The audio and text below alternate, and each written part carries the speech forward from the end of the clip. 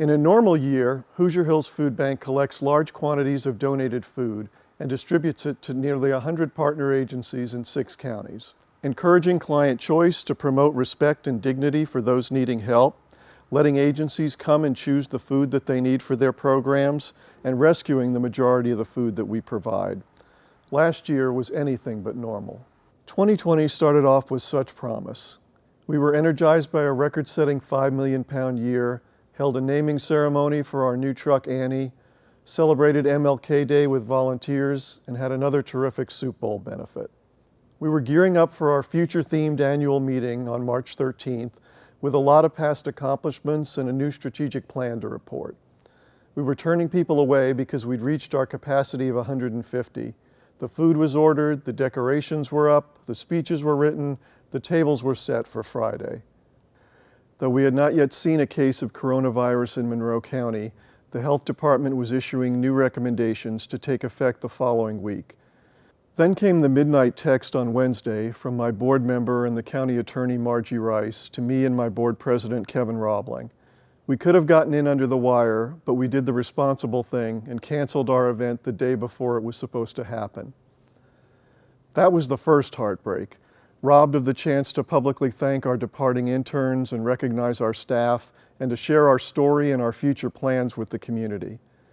We gathered as a staff amid empty tables to watch our highlight video and to take our last staff photo without masks. It wouldn't be the last disappointment of 2020. Then the fear started. How bad is this thing and how much worse is it going to get?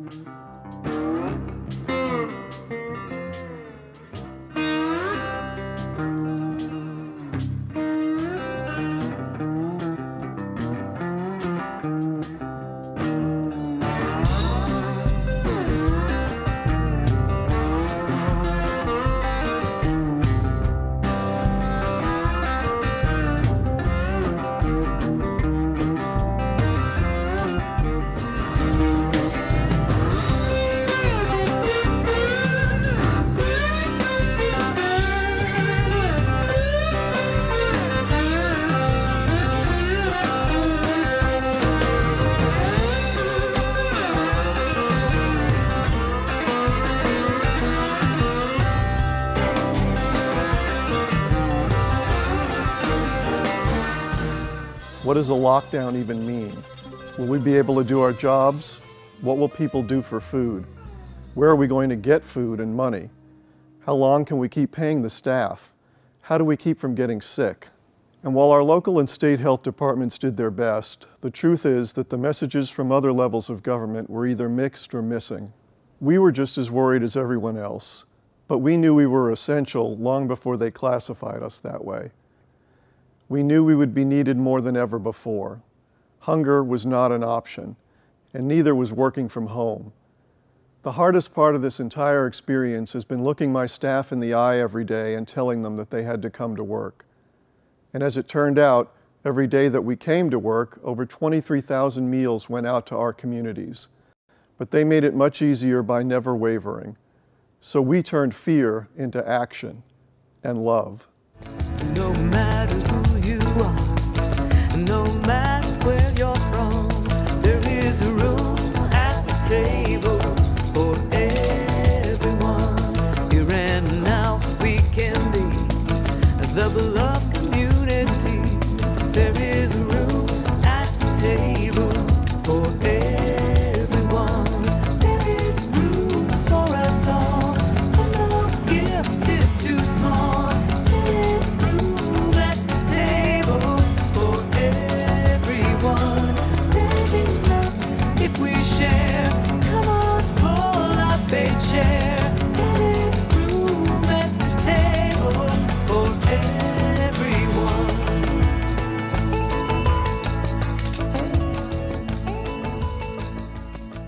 We created and implemented a completely new set of procedures. No more agencies coming in to choose the food they want. No more shop-through options for mobile pantry clients. Everything pre-bagged, pre-boxed, and pre-staged for no-contact distribution. New sanitizing procedures, personal protective equipment, masks and social distancing. Staggered staffing schedules to keep everyone safe that left us at half person power for over 2 months and had many staff taking on new and different roles. Restaurants closed and we suspended our meal share program. Shelves emptied at stores and our local food donations dropped over 25%. Also, all food drives were canceled. But because this is a good community, good things started to happen too. On Monday, March 16th, I sent an urgent appeal to several community leaders telling them that this would get bad and that we needed funds immediately to start buying food before the supply chain broke down and demand skyrocketed, both of which happened in short order. Within 24 hours, the Monroe County Commissioners and United Way of Monroe County responded with commitments of $75,000. Those two gifts were the critical turning point, the moment I knew that we could start ordering food, and we did. Usually, we rely on donations, so our food purchasing budget in 2020 was only $90,000. In the 9 months of COVID, we spent over $1.1 million on food purchasing, thanks to the generous help of local supporters and state and national partners. And other donors came forward, like Penske, who brought down 2 trailers for additional storage. We also started participating in weekly coordination calls with a statewide hunger network of government and private agencies and a local food security group. And throughout the year, Feeding America provided support, information, funding, and encouragement with regular contacts. Normally, we count on over 2,000 volunteers to help our staff of 14 move 5 million pounds of food. Through no fault of their own, they disappeared almost immediately, along with the half-dozen interns who played critical roles for us. And in late March, the Indiana National Guard was deployed to fill in the gaps for our lost volunteers. Guardsmen did the heavy lifting for us for 9 months, and we could not have functioned without them. The Guard was crucial to expanding our food distribution efforts in ways we weren't used to. In addition to funneling much more food to our partner agencies, we started large, mass food distributions, the first at College Mall before hosting them regularly at the food bank. We quickly became experts at safely distributing tens of thousands of pounds of food each week, drive-through style, to increasing numbers of households. We started at 465 households on Memorial Day, increasing every time to over 1,500 on Thanksgiving. 76% of agencies saw increased clients, and 79% of clients said that COVID had impacted their ability to get the food they need.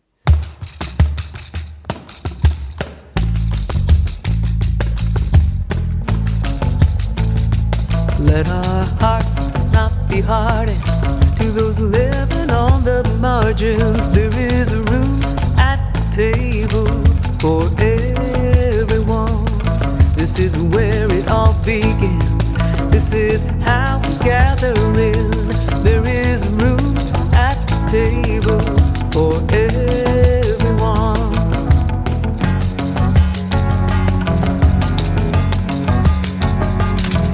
Too long we have wandered, burdened and undone, but there is room at the table for everyone. Let us sing the new world in. This is how it all begins. There is room at the table for everyone. There is room for us all, and no gift is too small. There is room at the table for everyone. There's enough if we share. Come on, roll up a chair. There is room at the table for everyone. No matter who you are, no matter where you're from, there is room at the table for everyone. Here and now we can be the beloved community. There is room at the table for everyone. There is room for us all, and no gift is too small. There is room at the table for everyone. More events were canceled. Stamp Out Hunger, Pie Run, Taste of Bloomington, Orientation Food Drive, and the Bloomington 4th of July Parade. Our second biggest event of the year, the Book Fair, was also canceled, and we couldn't have our annual Hunger Action Awards, but instead we named 19 heroes of COVID-19.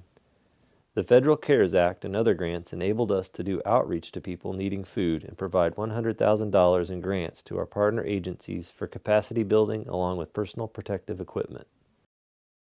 By October, we had surpassed that 5 million pound mark and distributed more food than we did in all of 2019.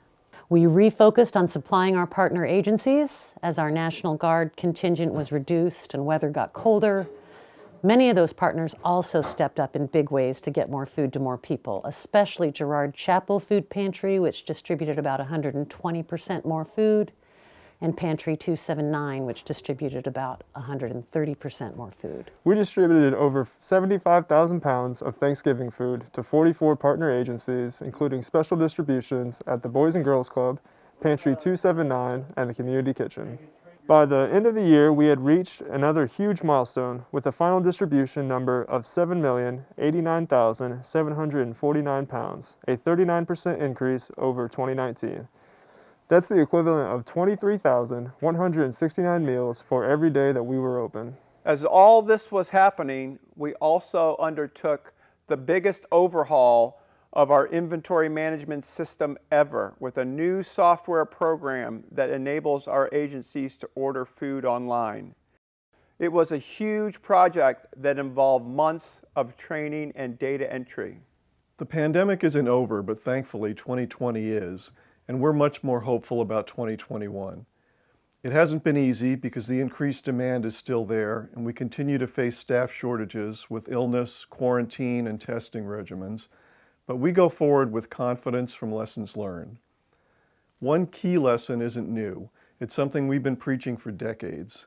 We averted a hunger crisis because we have a strong food assistance network that was ready to respond and provides the most basic of services, getting food to people who need it. This network needs regular support in order to remain prepared. But we were also reminded that we have additional work to do. The disproportionate impacts of COVID on people of color with low incomes and seniors was starkly evident. Our heroes were not actors and athletes, but grocery clerks, pizza delivery drivers, nurses, food bankers, and teachers. To paraphrase what several people have said in different ways, when we think we're at our weakest, we're actually at our strongest. We fell, and we continued to fall with every positive test update, every ugly political commercial, every report of racial injustice. But more important is that we continued to rise each time. We learned that we could be closer together than ever, even while standing 6 feet apart. And we learned that when we work together, we rise together. It was an amazing thing to see our staff alongside National Guard soldiers, all 3 county commissioners, and other volunteers waving in thousands of our neighbors to come and get their love. As we come out of this shared experience, we owe it to the hundreds of thousands who've died to make this about more than just a return to normalcy, to continue the work of ensuring social justice in a community where we value the heroes in food service, in healthcare, in nonprofits, and in teaching with actual dollars and not just words, with living wages, to continue the work that ensures that Black lives matter, that love is love, and that women and girls persist to achieve their full potential, and that race, gender, and orientation never place people at higher risk of hunger. Addressing the inherent inequities in so many of our systems and institutions is a huge task, but one that is critical to supporting the work that so many good people in our community continue to dedicate themselves to ensuring that no one goes hungry, that healthcare is accessible to all, that everyone has a safe home, that children and seniors are valued and cared for. Our top priority remains making sure that everyone always has food, but we must also be focused on addressing the root causes of food insecurity. And as we engage in that work, Hoosier Hills Food Bank is committed to the same principle that guided us before and throughout the pandemic. Not one child, not one senior, not one in between, not in a pandemic, not ever. Hunger is not an option.